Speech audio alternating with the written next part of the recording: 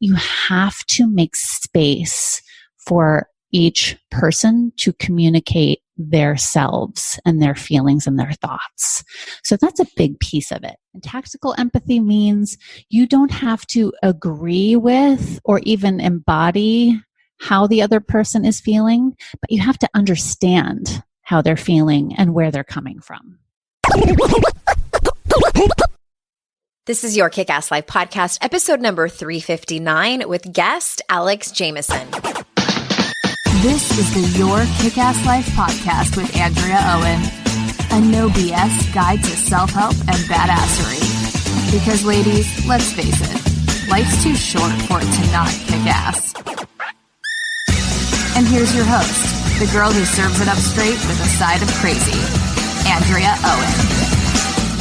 Hey there, ass kickers. Welcome to another episode of the podcast. I am so glad that you are here and so incredibly grateful that you spend time with me, whether you're in the car, whether you are working out. I know some of you listen to my podcast while you're in the shower. Hi. And when you're cooking, just all kinds of places that you are. I appreciate you so, so much.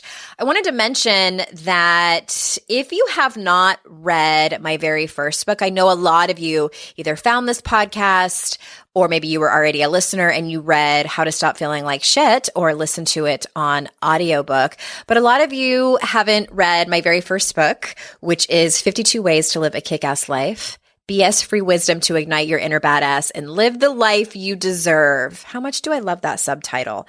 It is also on audiobook. So if you have some backed up credits like I do, I have 7 credits that I need to use. Oh my gosh. It is over there on Audible and it is all the major retailers at bookstores, on Amazon, Target.com, all of those places. It's one of those books that I specifically wrote so that you can just jump to any chapter that calls out to you. There's 52 chapters. They're all really short, so you can check out the table of contents and you're like, this one sounds interesting, or I need to work on this. Just jump to it and get, bite-sized wisdom that's from me, so you always know that it's BS free. All right, so we have a returning guest today. Alex Jamieson is back on the podcast. She has a new book that came out that she wrote with her husband all about communication. Anytime someone is an expert on communication, I am all ears because personally, I never learned how to do this. I just thought you communicate by, blurting out what was on your mind without any filters. Sometimes being confrontational, like that's what you needed to do to get your point across. Well, apparently that's not how it works. I learned the hard way, which I know many of you probably have as well. So I love any type of process that comes along that's easy to remember so that when I do have something hard to communicate, it doesn't even really need to be hard, but just anything important to communicate, that I know what to do. I know what to say ahead of time to make sure that I show up as my best self. I can be proud of how I showed up in that conversation, really regardless of how it turns out. So that's what we're going to talk about today. So for those of you that don't know Alex, let me tell you a little bit about her. Alexandra Jamieson is the best-selling author of 5 books and co-creator/co-star of the Oscar-nominated documentary Super Size Me. She is a highly sought-after success mentor and motivational guide for thousands and has made it her mission to empower women to create epic lives. Her work has been praised by Oprah, The Today Show, Dr. Oz, Goop, Martha Stewart Living, The New York Times, and many others. As a lifelong learner, her wellness expertise has grown out of a decade of experience, as well as her education at the Natural Gourmet Institute, the Institute for Integrative Nutrition, and a certification in applied positive psychology. So without further ado, here is Alex. Alex, welcome back to the show. Oh, thank you so much for having me back. I think that it's applicable, this book. You and I were chatting before about all the goings on of what's, happening now in 2020 and hard conversations needing to have happen. And you wrote this amazing book with your husband. And I want to jump in And I'm super curious because, I know that the work that you do with women, and, you sent me the email that you had written this book with your husband about tough conversations. So what inspired you to write this book? It's funny how you realize why you did something after you've done it. Okay. We had reasons for why we wrote it in the first place, but I'm seeing a lot more reasons why now. So I'll tell you, the initial inspiration was my now husband, Bob, and I, and we've been together about 9 years. We were together for a few years. I have been a coach for 20 years. He's been a consultant for about a decade. And we realized that his corporate work and my individual work, there was a lot of overlap in terms of the problems people were having and the tools that we used. We had different vocabularies, but we found a lot of the same core issues. I always used to joke with him that he's basically dealing with people who are reconstructing their toxic family systems in the workplace. Oh, true. People bring all their stuff to work. They do. We actually got asked by some friends of ours to teach a small private workshop for couples. And we had like 4 or 5 couples over. And I'm so sorry, I'm in New York City and there's just going to be traffic noises in the background. You sort of can't avoid it. It's either that or sirens or garbage trucks, like something. Yes, it's a very glamorous podcasting life here. Beep, beep, beep. Here we go. Yeah. So we taught this workshop. And the first thing that we realized was, people are coming to this workshop. Couples are coming together for very different reasons. Like it was basically a lot of women dragging their male partners, I'll be honest. Okay. Yeah. And we realized, they're not on the same page about why they're here. And we have to get everybody into a lot, like, let's get clear about what brought people here. So we threw this workshop together for couples, and we realized we had to get the couples on the same page about why they were there together. It was obvious that one person was feeling obliged to be there, and the other had some issues they needed to work out with the other person. So we came up with this really simple, clarifying conversation for everyone based on a whole bunch of different work and tools that we had used. And Andrea, I tell you what, we're a little slow on the uptake. We taught this workshop a couple times, and this was the one tool that people kept asking us about. People kept texting and calling and emailing. What was that 4-part conversation again? What was that 4-part thing? I have to have another tough conversation. Can you walk me through it again? And we realized, people keep asking for this one tool. We got to put this in a Google spreadsheet. And that's how it eventually became a book, because people kept asking for this thing. And then we kept using it in our work, and we kept using it in our marriage, and then with our son. And it became this all-purpose way to bring 2 or more people into alignment about tough topics. So what are some situations in which we can use them? And where did you see these people? Like, did they come in for help for one thing and then it ended up helping them in other situations in their life? So they were, the first workshop was about their sexual relationship. Okay. And where they wanted it to go. So this is a tough topic for a lot of people. You guys went in the deep end. We really did. Yeah, wow. We really did. And, usually there's one person there's like a high desire partner and a low desire partner. And that's tricky emotional ground to go over together. So we used it initially for that. And we're like, well, if it works for this, let's try it. Let's try it for our vacation plan. So we would use it for, going to visit toxic family members. We would use it with our son for the first day of school, like kicking off the school year. Or, I share my son with his dad. We co-parent. So, I would have conversations with my son or with his father about how we were parenting. We would have, actually, Bob and I had used the conversation over and over again to decide to get married and then to plan our wedding. Okay. So it sounds like it kind of can bleed out into other areas of your life with whomever and whatever situation. Yeah, we've gotten feedback from, teams that work at technology companies that use it to kick off a project. Bob has used it in boardrooms with the C-suite, the executives about, pivoting their company's mission.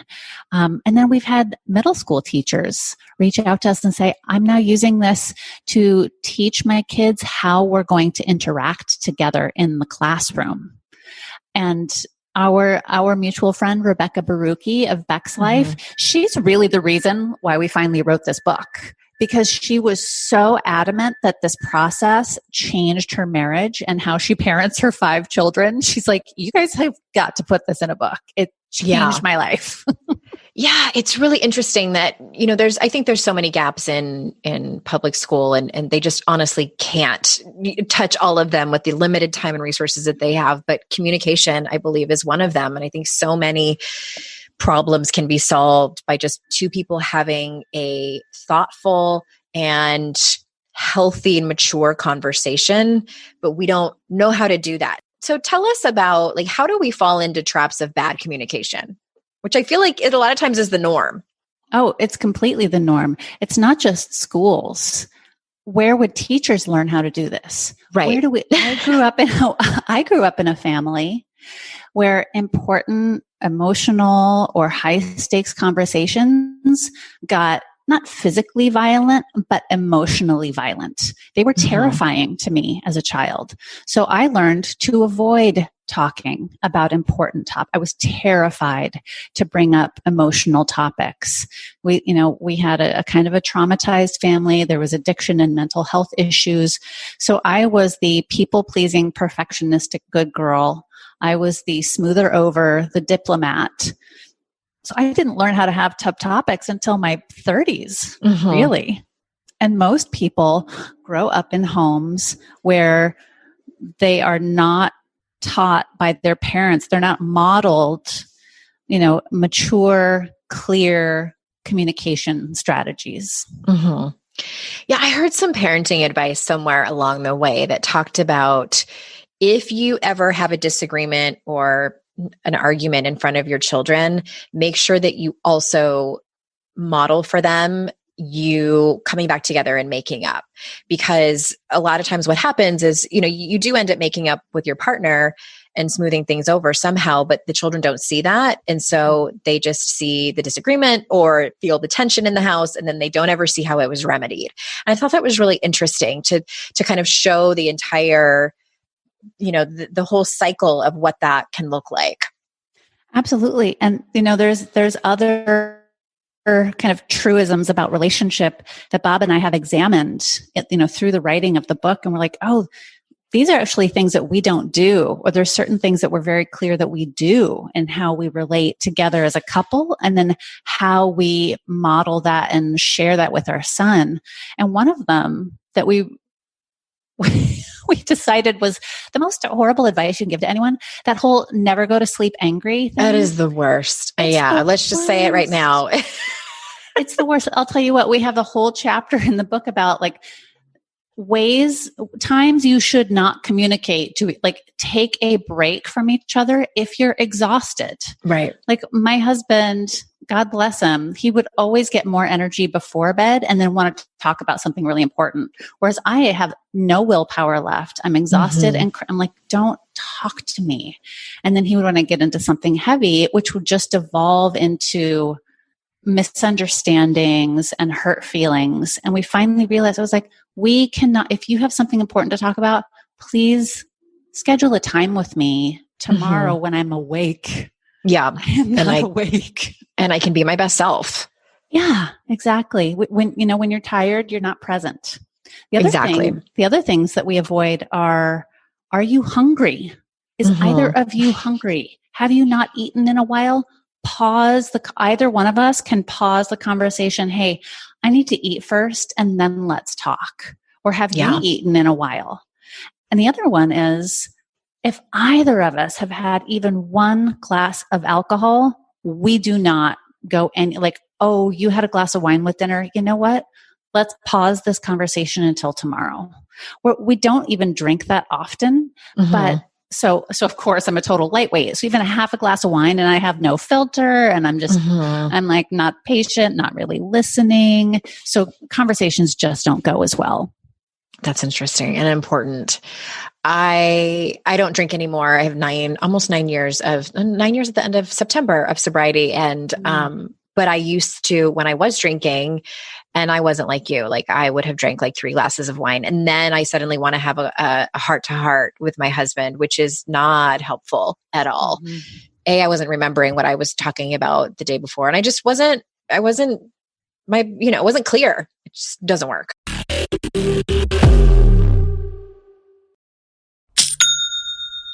Shopify's already taken the cash register online, helping millions sell billions around the world. But did you know that Shopify can do the same thing at your retail store? Give your point of sale system a serious upgrade with Shopify. With Shopify, you get a powerhouse selling partner that effortlessly unites your in-person and online sales into one source of truth. Track every sale across your business in one place and know exactly what's in stock. Connect with customers inline and online. Shopify helps you drive store traffic with plug-and-play tools built for marketing campaigns from TikTok to Instagram and beyond. Get hardware that fits your business. Take payments by smartphone, transform your tablet into a point of sale system, or use Shopify's POS Go mobile device for a battle-tested solution. Sign up for a $1 per month trial period at shopify.com/noise, all lowercase. Go to shopify.com/noise to take your retail business to the next level today. Shopify.com/noise. I have definitely been in that place where my paycheck ran out before the next one got here. Life doesn't happen bi-weekly, so why should payday? The money you earn can be in your hands today with Earnin. Earnin is an app that gives you access to your pay as you work, up to $100 per day or up to $750 per pay period. Just download the Earnin app and verify your paycheck. Then access up to $100 a day as you work and leave an optional tip. Any money you access plus tips are automatically repaid from your next paycheck. You can use Earnin to pay for a girls' night out, a last-minute gift for a loved one, or even summer camp for the kids. Make Earnin a part of your financial routine and join Earnin's over 3.5 million customers who say things like, when I think about Earnin, I think about financial stability, security. It gives me a lot of peace of mind. Download Earnin today, spelled EARNIN, in the Google Play or Apple App Store. When you download the Earnin app, type in Noise under podcast when you sign up. It really, really helps the show. Noise under podcast. Subject to your available earnings, location, daily max, and pay period max. See earnin.com/TOS for details. Earnin is a financial technology company, not a bank. Bank products are issued by Evolve Bank and Trust, member FDIC.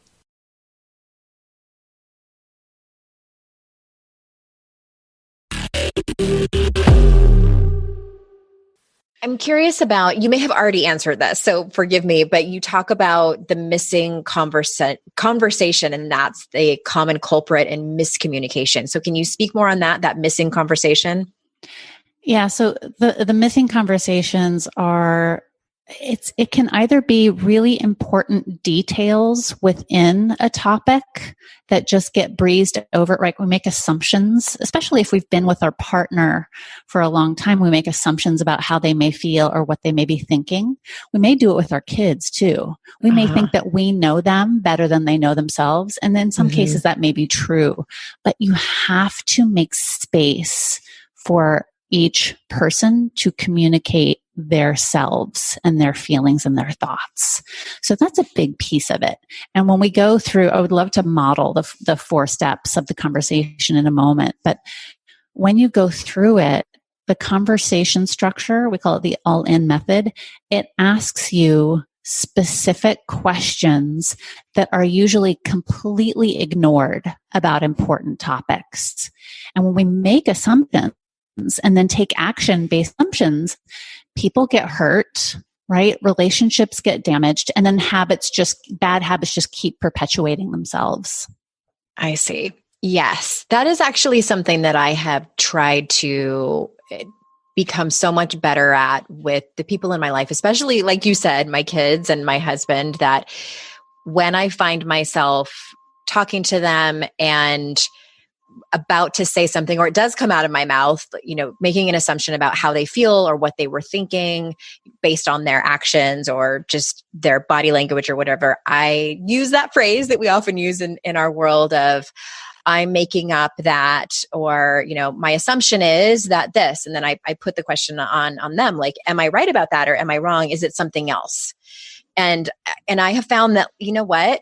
A lot of times I'm wrong. Mm-hmm. I'm like, oh, I'm so glad that I asked because I totally assumed something else. Yeah. And it's, I think, and Andrea, I'd love to hear what you think about this. I think it's particularly tricky, and it's a trap that people like us who are coaches, and we're actually really good at doing this with our clients. We should not be coaches in our relationships. Right. Unless specifically asked by our partners to coach them. 100%. Right? Yeah. It's not fair, and we're not always accurate with the people closest to us. I also find that, and I think a lot of my listeners can relate to that, even if they're not coaches or therapists, but because they tend to be all in with personal development and they know a lot, they're very self-aware. I'm going to give them that. I tend to come to a conversation, especially a difficult, vulnerable conversation, and put on my quote unquote expert hat and my coach hat because it's less vulnerable for me. Because if I just show up as my raw, kind of naked self, that's a lot more difficult and scary and risky for me than if I come in as the expert and the all-knowing. It's very much like know-it-all-ish, let me tell you. And it's maybe a little bit even contemptuous at times, which I have to be very, very careful of that. Right. Well, one of the experts that we are inspired by in our book, Radical Alignment, and we refer to him a lot, is this man, Chris Voss, who was an FBI hostage negotiator.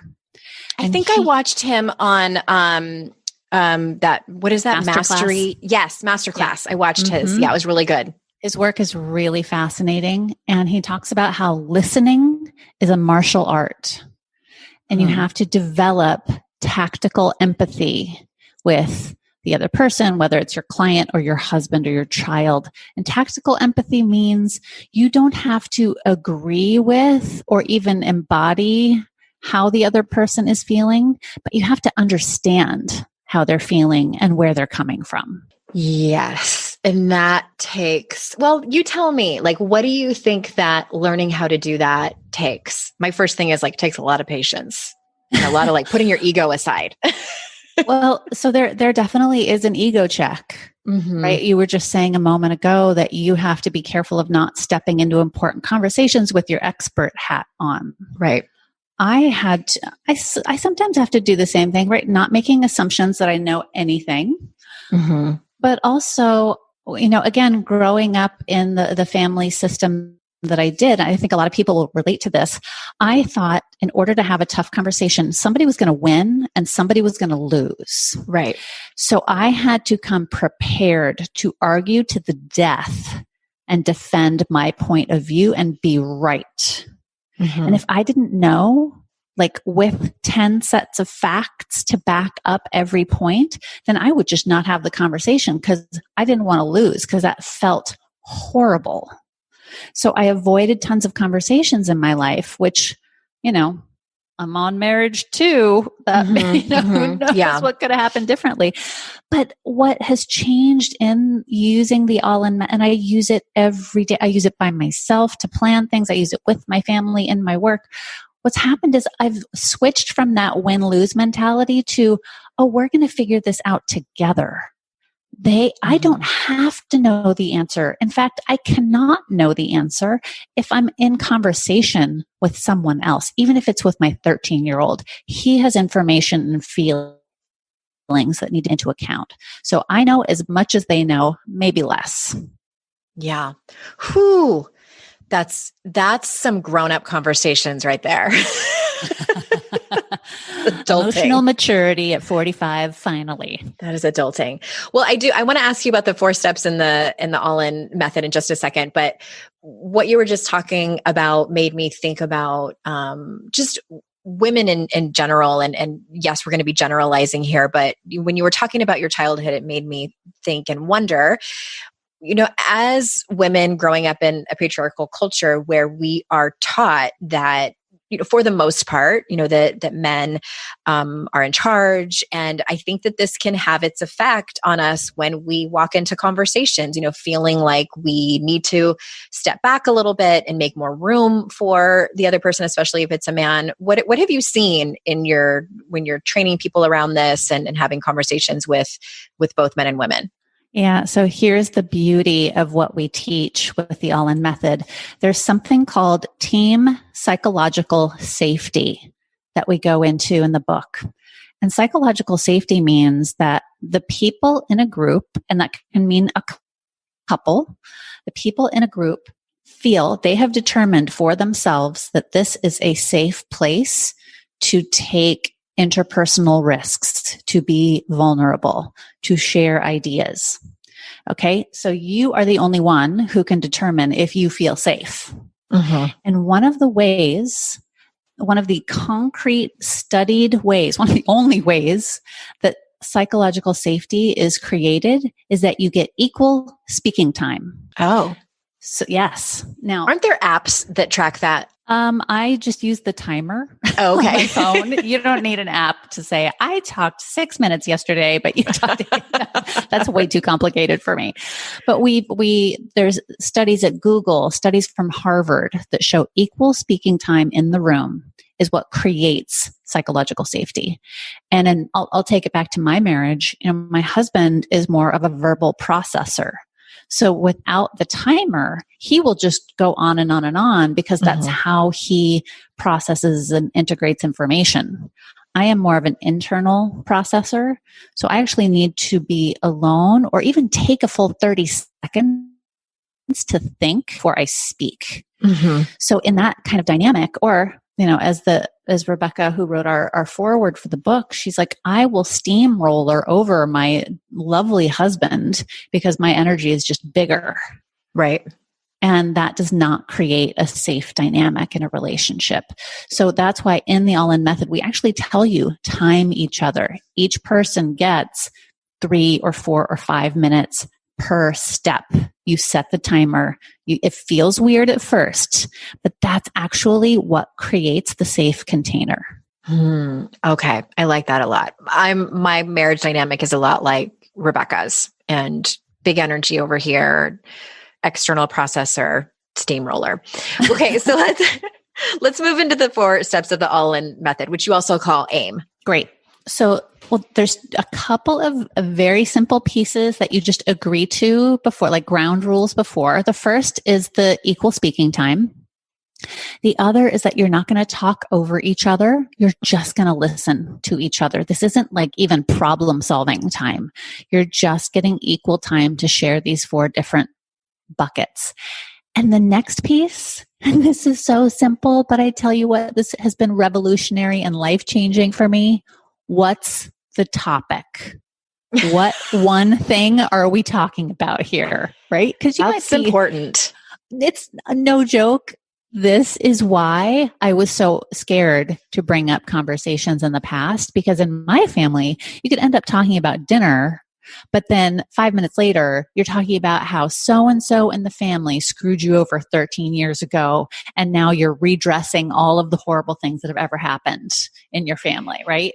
Yes. Well, you know what? The first thing that popped into my mind when you said that is because I've been in conversations before where, I'm the one who musters up the courage to have a hard conversation with someone.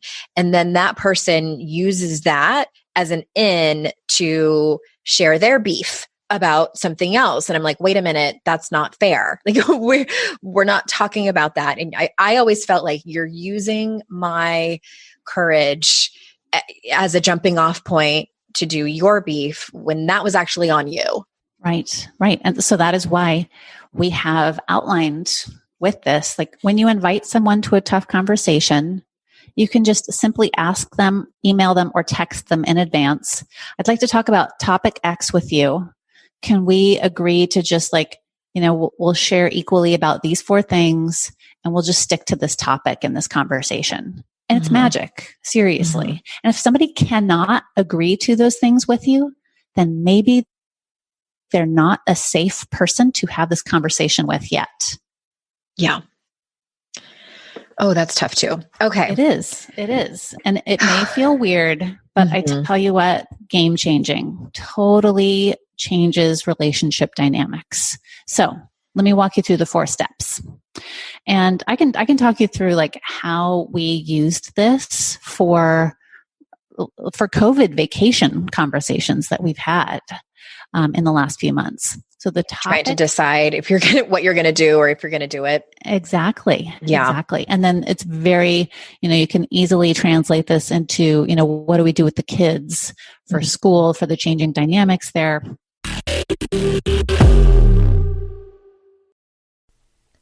It's hard to find a great mentor who can help me level up. My dream mentor, Shonda Rhimes. So I was really excited when I heard she has a class on Masterclass. With Masterclass, you can learn from the best to become your best. Masterclass is the only streaming platform where you can learn and grow with over 200 plus of the world's best.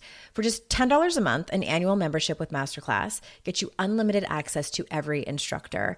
And you can access Masterclass on your phone, computer, smart TV, or even in audio mode. I'm always looking for ways to be a better writer, so I took Shonda Rhimes' screenwriting class. It helped me gain concrete technical advice, including structuring, the writing process, and with shows under her belt like Grey's Anatomy and Bridgerton, it was so helpful. Plus, every new membership comes with a 30-day money-back guarantee. Don't wait another moment to start your learning journey with Masterclass. Right now, our listeners get an additional 15% off any annual membership at masterclass.com/Andrea. That's 15% off at masterclass.com/Andrea. Masterclass.com/Andrea. Today's podcast is sponsored by MIDI Health. Ladies, are you over 40 like me and dealing with hot flashes, insomnia, brain fog, moodiness, some vaginal dryness, or weight gain? Don't just accept it as part of aging. These symptoms are often linked to hormonal changes during perimenopause and menopause. At MIDI Health, they get it. Their experts know what you're going through and how to help. MIDI clinicians are menopause specialists offering safe, effective, FDA-approved solutions. And guess what? MIDI care is covered by insurance. So stop pushing through it alone. Schedule a virtual visit and dive deep into your unique symptoms and health background. You'll walk away feeling heard and with a plan to start feeling better. Visit MIDI Health today and reclaim your well-being. You deserve to feel great. Book your virtual visit today at joinmidi.com. That's joinmidi.com. joinmidi.com.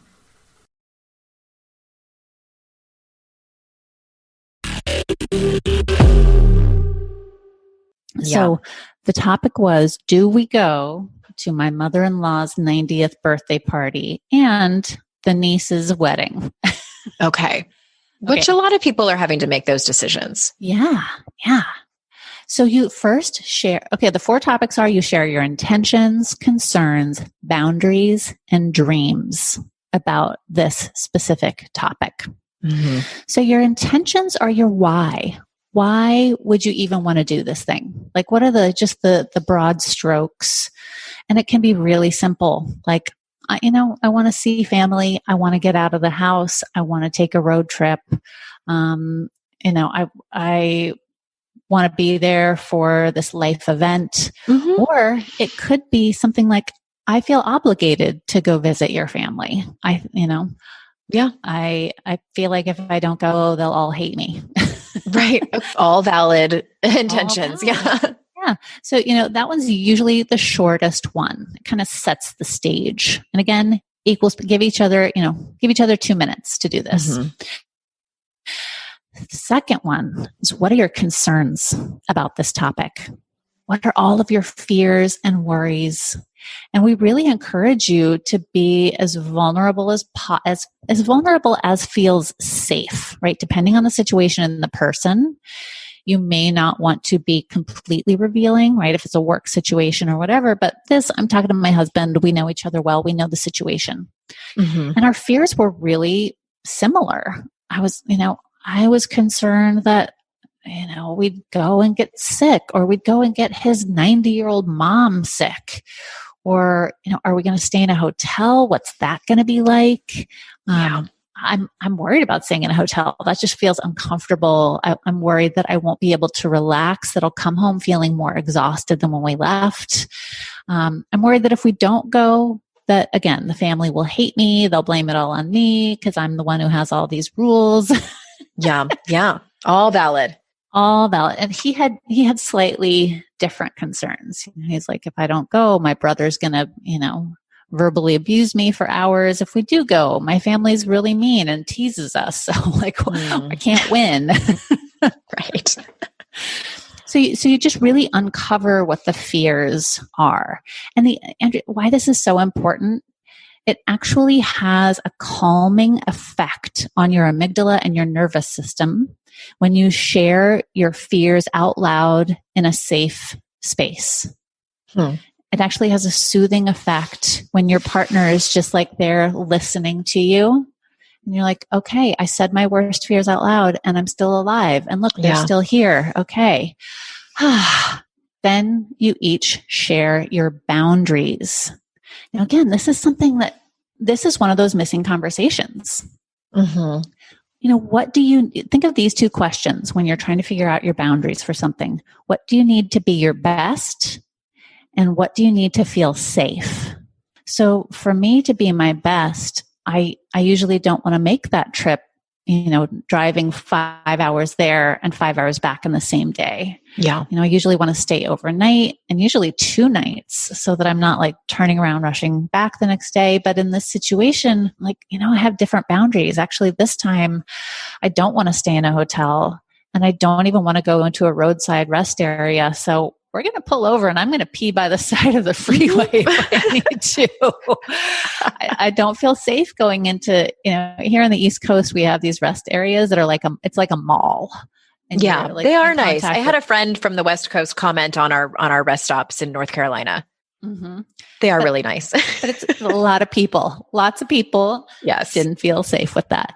But also my boundaries once we get there, I don't want to go inside any homes, unless it's to use the restroom real quick.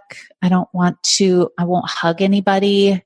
We're going to wear our masks the whole time. So we just went through what all of our safety boundaries were. And then what I need to feel my best. Okay, we got to bring food with us that's really tasty. So we have good snacks and good music in the car. And how can we make this feel as good as possible if we go? And then your partner shares their boundaries, and think of them as starter boundaries, right? They don't have to be perfectly formed yet. And you're not ordering off a menu. You're not making demands. Mm-hmm. And when you hear the other person's boundaries, try not to take them personally. Actually, with the whole conversation, whatever the other person is sharing, we've gotten to the point, we think this is really important when we teach. Whatever you hear the other person saying, even if it's the fear that involves you, it's their fear. It's not, don't take it personally. So if we can go into a conversation with that understanding, it's so much easier for us to be vulnerable together. I love that you said that because I could see, especially the boundaries thing, people taking that as a literal demands list, like some diva who only wants green M&Ms and you know what I mean? But no, it's not. It's just, here are the things I need to feel to be my best. It doesn't mean I have to have every single one of them in order to say yes. Is that kind of how I'm reading it? Absolutely. And I love that you brought up the green M&Ms because that story, I think it was actually Van Halen, the band, that put that in their rider when they would perform in these huge megadomes. They said, we only want brown M&Ms in the green room. And why they did that is because they knew once they arrived at the green room, if there were only brown M&Ms, that somebody had actually taken the time to read all of their needs and that they were going to be safe and well taken care of. If those details were glossed over, right, these are huge arenas and there's a lot of safety issues. It's a very dangerous place to perform. So they actually put it in there as a red flag that our performance might not be up to safety measures. So we're going to have our team go through and check everything again. Interesting. How smart is that? And I didn't know the background of that story. So I love that. Yeah. So the last part of the conversation is my favorite, and we specifically put it at the end because it brings you back together as a team. you share your dreams. And this is where you go big, you get expansive. If this thing were to go extremely well, better than, we could even hope, what would be true? And you really start like future casting, like how will I feel? What will I experience? And so, we had two outcomes that were really clear. One was we have great memories that we've created together as a family. And the other is nobody gets sick. Mm-hmm. That was honestly the most important thing for us. So it did help us make decisions for our family with all of the important pieces known. There was nothing missing. And why it's so important to end on dreams together is you actually start releasing oxytocin together when you get into that expansive thinking and sharing space. And when you release oxytocin together, you are chemically bonding together. You actually like come back together. And when you hear somebody else's dreams, it's like almost impossible for you to not want that for them too. Right. And then they hear yours and they want your dreams for you. So then you are in this mindset together where you're like, all right, we're going to work together on this as a team. We're going to find the best possible solutions. And we've seen this work. I mean, it has worked in our marriage countless times with our son, again, with tech teams, with leadership teams, with my private coaching clients. It gets you so far, so fast, and you get so clear that, I've never used another system that worked this well. It's fascinating. And well, now I'm curious, did you guys end up going to the birthday party? So because of our conversations, the family actually, for once, listened to our needs and they pushed it a month. So instead of doing it at the beginning of August, it's now happening at the end of September. And my husband is going by himself. Okay. I'm staying home because that felt safest, and it felt like it took everybody's needs into account, and we feel really good about that decision. Good. Oh my gosh. I just want to say again, the book is Radical Alignment: How to Have Game-Changing Conversations That Will Transform Your Business and Your Life. The link will be in the show notes for everybody. And I'm going to tell everybody where to go to find out more about you. You have the most fascinating background in a few different areas, but I want to ask one more question that I think is important. I think where a lot of people get stuck. I mean, you can tell me, but it's the invitation to a high stakes conversation. I've heard so many people say, I haven't had the best luck having hard conversations with my boss or my partner or my child. How do I invite them and have them hopefully say yes? Yeah, great. So the last thing anyone wants to hear is we need to talk. We need to talk. Oh my God. No. No. My fight or flight answer is no. Automatically kicks in, right? So what I do, and I have used this with such success in business and personal, you ask someone, hey, can we talk about X on Saturday? Give like 4 or 5 days to talk about a topic. Recently, I also emailed my aunt and uncle because I had some old family mythology that I needed to straighten out with them. I emailed them and I said, hey guys, I would love to talk about this thing. Can we email back and forth about this? Like, I want to get clear about some stuff. I want to understand some things. And I love you guys so much. And these things are hard for me to talk about on the phone. Would you be willing to email about it? And they were like, sure, we'd be happy to. So even though I have a very close relationship with them and I can call them on the phone, we've been emailing about some really heavy emotional topics, and it's been wonderful. With my son, I will put a Post-it note and I'll put it in his room because, he sleeps till noon because he's 13. I'll put it in his room and I'll say, hey, good morning. I'll see you at lunch. And hey, at some point today, we need to talk about X. Let me know when you want to do that. So I empower them to choose the time and I let them know in advance. And it's a friendly invitation. So that's my best advice. I love that. It sounds like the key is that you tell them what the topic is instead of having them wonder and go through 37 different scenarios. Right. We need to talk. Could be anything. Could be literally anything. And that is so scary. One thing I do, and I don't know if this is good or not, but when I need to talk to one of my children, I'll say, can you come downstairs? We need to talk to you. You're not in trouble. Oh, yeah. Because the vast majority of the time, they're not. Right. But the times I don't say that, then they start sweating. Yeah.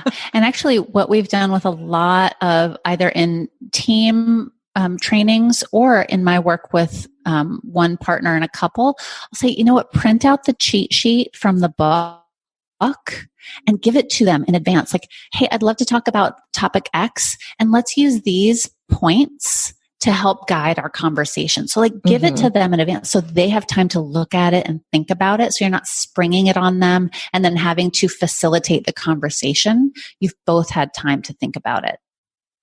That sounds very a conversation that is co-created, as we like to say in the coaching world, instead of one person being the boss. Because again, I don't know all the answers. Right. I love it. So again, radical alignment, how to have game-changing conversations that will transform your business and your life. Alex, thank you so much. Where do you want to send people to learn more about you? We'll obviously put the links in the show notes for the book, but what else?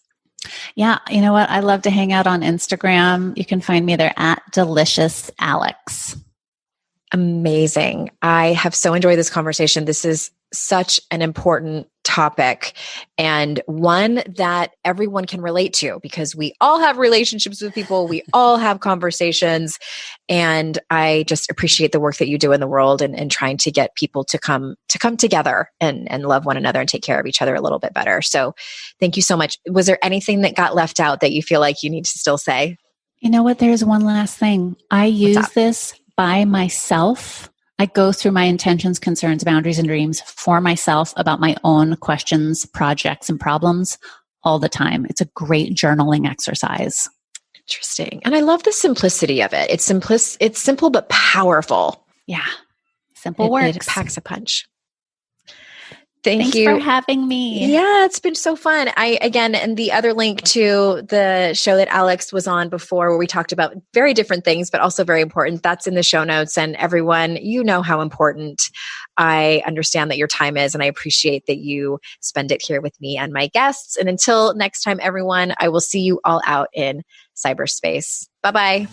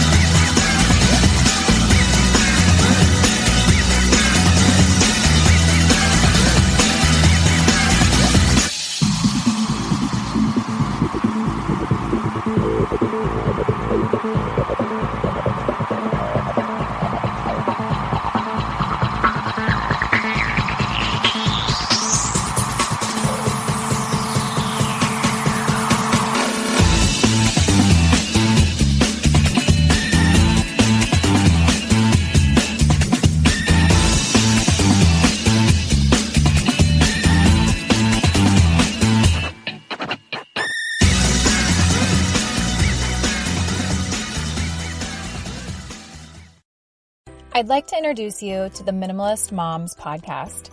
It's hard enough being a mom, and the last thing you need is stress from too much stuff and an overcrowded schedule. For too long, I lived with the mindset that bigger was better, and the more I added to my life, instead of feeling better, I felt overwhelmed. It was time for a radical new mindset. Less is more. I'm not into extremes. I didn't throw everything away.